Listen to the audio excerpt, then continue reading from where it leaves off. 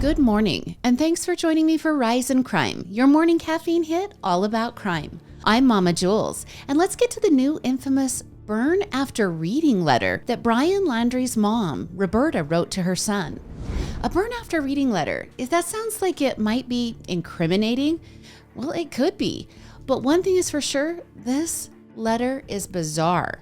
So let's get to it. 22-year-old Gabby Petito and 23-year-old Brian Laundrie embarked on a cross-country van trip that they were vlogging via Instagram and YouTube in the summer of 2021. On August 12th of that year, a bystander witnesses a confrontation between Gabby and Brian. And in the 911 call to report that confrontation, the witness to the dispute says that Brian hit Gabby. Now, the highly scrutinized police cam footage between Gabby and Brian on a freeway shoulder in southern Utah shows Gabby visibly upset and crying. And the police do document that Gabby hit Brian, but no arrests were made, and the couple were instructed to separate for the night.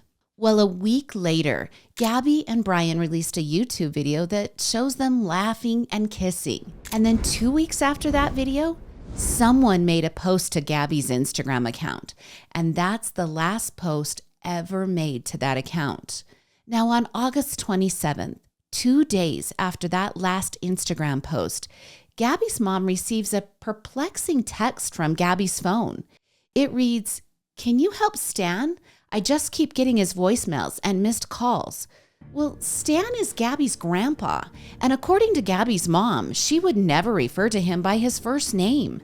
So this is the point where Gabby's mother starts to become very concerned. 3 days later, after no communication, Gabby's mom receives another text from Gabby's phone that some sources report as reading, "No service in Yosemite." Well, on September 1st, Brian shows up in North Shore, Florida, alone. And then finally, on September 11th, after no communication with Gabby, her mother files a missing persons report in New York, where she lives. And law enforcement, and I'll be quite honest, the public began the search for Gabby. When law enforcement in Florida contact Brian's family, his parents say Brian was there, but he left for a hike in the Carlton Reserve in Sarasota, Florida. Now, it's at this point that the contention starts between the two families. Gabby's parents publicly accuse Brian's parents and Brian of refusing to tell them where Gabby is. And then Brian's parents issue a statement through their lawyer that they intend to remain in the background during the search for Gabby. Well, a week after Gabby is named a missing person, police began searching the Carlton Reserve, and they're unsuccessful in finding Brian. Well, 8 days after her mother reports her as a missing person, through amazing efforts by the public and their interest in this case, authorities find the remains of Gabby in the Grand Teton National Park in Wyoming. Now, the coroner rules her death a homicide by means of strangulation, and the FBI takes over the case. Police then search the Laundrie home and find Brian's hard drive, and they also seize the van that Gabby and Brian were road tripping in. Now, 1 month later, on October 20th, Brian's remains are finally discovered in the Carlton Reserve, and Brian died by a self-inflicted gunshot wound, according to his family's attorney. Personal items of Brian's, like a notebook and a backpack, were also found nearby, as well as a revolver. Now, in the notebook found near the body, Brian claims responsibility for Gabby's death. He also admitted in those writings that he was trying to deceive law enforcement by using Gabby's phone to text his phone after Gabby had died. So here's where we get the burn after reading letter.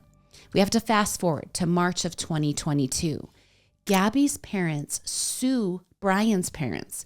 In the Florida lawsuit, they claim Brian told the parents before returning to Florida that he had killed Gabby. So they're saying they knew the whole time. Now, the suit also claims that Brian's parents, Christopher and Roberta, concealed that their son had confessed to the murder and that they allowed law enforcement to continue searching for Gabby even after they knew she was dead. Now, through this civil lawsuit, Gabby's parents released a letter last week that was written to Brian by his mother, Roberta. This is the burn after reading letter. And here's what the letter says. And then we're just going to dissect the bizarre language that Roberta uses. So she writes, "I just want you to remember, I will always love you, and I know you will always love me. You are my boy. Nothing can make me stop loving you. Nothing will or could ever divide us, no matter what we do or where we go. If you're in jail, I will bake a cake with a file in it. If you need to dispose of a body, I will show up with a shovel and garbage bags. If you fly to the moon, I will be watching the skies for your re-entry. If you say you hate my guts, I'll get new guts. Okay. Roberta then goes on in the letter to quote a Bible verse, Romans 8:38, and that verse talks about that there's no powers that will be able to separate them. The envelope containing the letter, well, it has Brian's full name, and then in parentheses, it says, burn after reading. All right, I'm shocked by this letter. I have an adult son, and I've written him cards and letters multiple times over his life. And I've never used phrases before, nor can I think of a time I would need to use these phrases in a serious letter like, I'll always love you manner. Remember the phrases. If you're in jail, I will bake a cake with a file in it. If you need to dispose of a body, I will show up with a shovel and garbage bags. So I think this letter is alarming at best, incriminating at worst. And Roberta stated that the letter was written and given to her son before he and Gabby left for their road trip, and that it was, quote, to reach out to Brian while he and I were experiencing a difficult period in our relationship. Okay, she's claimed that the burn after reading reference is actually a play on a book series about journaling called Burn After Writing. And Roberta claims Gabby gave Brian that series of books. She also says other odd references in the letter are part of a children's book series titled The Runaway Bunny and Little Bear. And attorneys for Gabby's parents have stated in court hearings that no references to shovels or burying bodies are found in those books. So where did they even get the letter from? An attorney for the Petito family said that the FBI found the letter in a box in a closet in the Laundrie's home. And that box contained items from the van he and Gabby were traveling in. So that leads my mind to question something. If this letter was about his relationship with his mom, and if she gave it to him before he left on his trip, why is that letter located with things about Gabby and things that concerned the trip? Okay, for Roberta's part, she has tried to explain away the letter in a statement, and she said the following. I truly loved my son, and I simply wanted to convey to him how much he meant to me and how much I loved him. I am sure people use phrases all the time to express to their loved ones the depths of their love. Although I chose words that I thought would be impactful with Brian given our relationship, the letter was in no way related to Gabby. Now, the jury trial in this civil lawsuit is set for May of 2024. Now, Gabby's parents have already sued and received one settlement revolving around Gabby. In November of 2022, her parents filed a lawsuit against Utah's Moab City Police Department, where they claimed the negligence shown by law enforcement during that Utah traffic stop, well, that ultimately led to Gabby's death, according to them. Moab officials have said in a statement that Gabby's death was a terrible tragedy, but that no one could have predicted the tragedy that would occur weeks later and hundreds of miles away. Now, in a separate lawsuit, the Petito family sued the Laundrie family for Gabby's wrongful death. The two parties settled the suit, and the Petitos were awarded $3 million. They say the money was given to the Gabby Petito Foundation, which is dedicated to locating missing people and curbing domestic violence. Now, with the jury trial almost a year away, I'll just keep this case on the back burner, and I'll let you know if anything new arises. All right, let's head over to Utah, where last week, a man called 911 after killing his wife, his mother-in-law, and his father-in-law. He also killed 3 of the 4 family dogs. And here's how it all went down in a short 1-hour window. Domestic issues had been brewing between the married couple, 34-year-old Jeremy Bailey and 36-year-old Anastasia Stevens. And the temperature between the two had become high enough that police reported Jeremy removed guns from the home several days before the killings because he was questioning his own ability to control his emotions. In fact, during that 911 call on the day of the killings, Jeremy admitted to dispatchers that he'd been thinking about killing the victims and the dogs days earlier. So if Jeremy had removed the guns, which seems like a good thing, right? How did this tragedy escalate? Well, on the morning of the killings, an argument ensued between Jeremy and Anastasia. The dispute was so volatile that a probable cause statement says someone in the home called a therapist. So either Anastasia or her parents made that call and told the therapist they had uncovered some shady stuff and that it was really scary and really bad. They also told the therapist that it might be time for legal interference. They then said that Jeremy was still in the house and that they couldn't talk any further. Now, it was just a few minutes later that 911 call is made. And during that 911 call, Jeremy initially told dispatchers that there was going to be a murder-suicide, but that wasn't true. Jeremy had already shot Anastasia and her 73-year-old father, Donald Stevens, and 61-year-old stepmother, Becky Stevens. And then almost simultaneous with the 911 call, someone made a Facebook post to Anastasia's page. And that post read, "Massacre suicide, just killed everyone.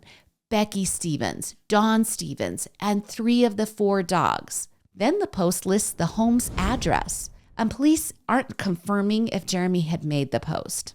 Now, the 911 call happened at 9:45 a.m., and surveillance video shows Jeremy leaving the home at 9 that morning.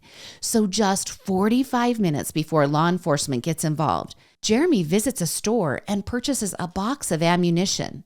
He then returns to the home, and police speculate that almost immediately Jeremy commits the murders because they believe the victims and dogs had been dead 20 minutes prior to the phone call. Now, according to the Salt Lake Tribune, when Jeremy was placed in a holding cell in the Davis County Jail, he was excited, and he said that he couldn't believe that he actually did it. He asked that his surviving dog be taken to a shelter. He also asked the investigators for the death penalty and firing squad if it was still active in Utah. So let's take a little side note, a deviation here. Utah does have a firing squad as an option for conviction of capital murder. Idaho also just passed a law earlier this year to implement the firing squad. And Mississippi, Oklahoma, and South Carolina, they also have the firing squad as an option for death penalty convictions. Okay, back to Jeremy and to him being interrogated. Jeremy told investigators that he remembered that one of the victims had a gun and that he had used that gun in the murders since his were being held by his friend. Now, Jeremy was booked into the Davis County Jail on Friday on suspicion of 3 counts of aggravated murder, 3 counts of felony discharge of a firearm, and 3 counts of aggravated cruelty to animals. He is being held without bail, according to court filings. And finally today, this cold case update out of Alabama. Investigators announced last week that they had used DNA to identify a body that was found alongside a creek in 1997.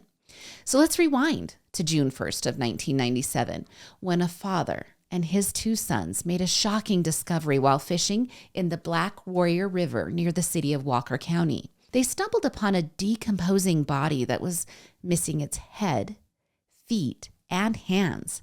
Other parts of the body, like his spleen and heart, had been removed. And investigators speculate that the body parts were missing in an apparent attempt to conceal the identity of the victim.